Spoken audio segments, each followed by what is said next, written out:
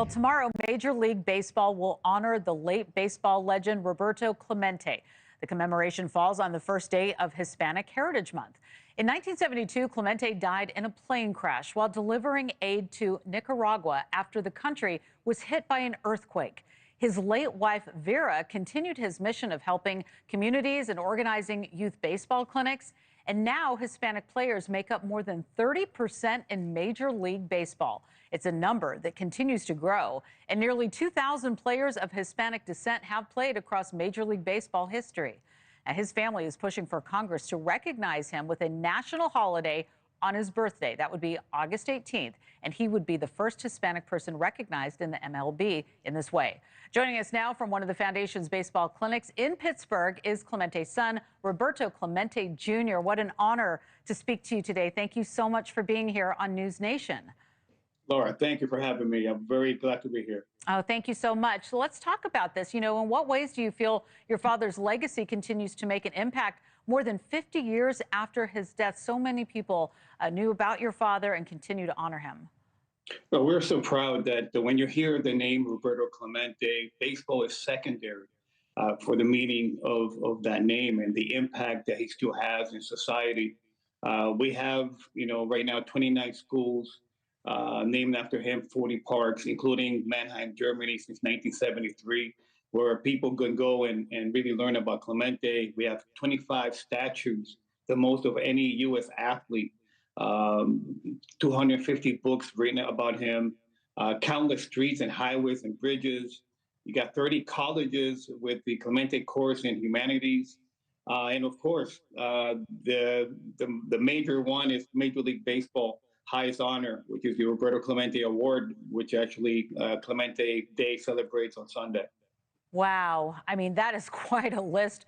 What accomplishments there. Hispanic players make up 30% of the MLB as we take a look at some of the numbers. How do you see the sport continuing to grow within the Latin community? It's certainly going very well. It is. I truly believe that the stars of today are really impacting the sport in such a positive way. I'm sure that he's looking down upon him and smiling because this is what he wanted to have the opportunity for these players to have the ability to showcase what they have and to offer the sport of baseball.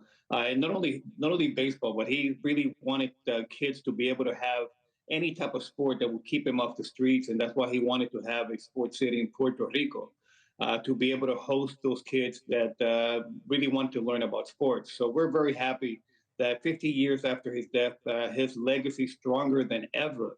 And that's why I'm pushing and lobbying for members of Congress to really recognize this Hispanic, this Latino, that I believe is still impacting our communities today. I love seeing these photos. Thank you so much for sharing them. I have an 11-year-old myself who loves baseball, who plays Little League and travel ball. So this is all hitting home for me. And moms are very important in the baseball family. Your late mother's work is also a big part of this great family legacy. So when we want to talk about Mom, tell us a little bit about what she was able to achieve.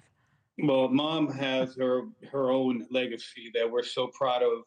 We're lucky to have that as one of the best legacies you can ever have. But then we're very grateful that Mom had left her own legacy. She was the goodwill ambassador for Major League Baseball, a big proponent for women in baseball and sports. And right now, across the street, we're having over 200 kids in our clinic. A lot of the girls are there playing baseball. And this is what it's all about. But Mom really was an advocate for the girls to be involved, being able to not only play on the field, but also be involved in the game and as an organization and front office. So we're very proud of the work that the foundation has been doing because of her.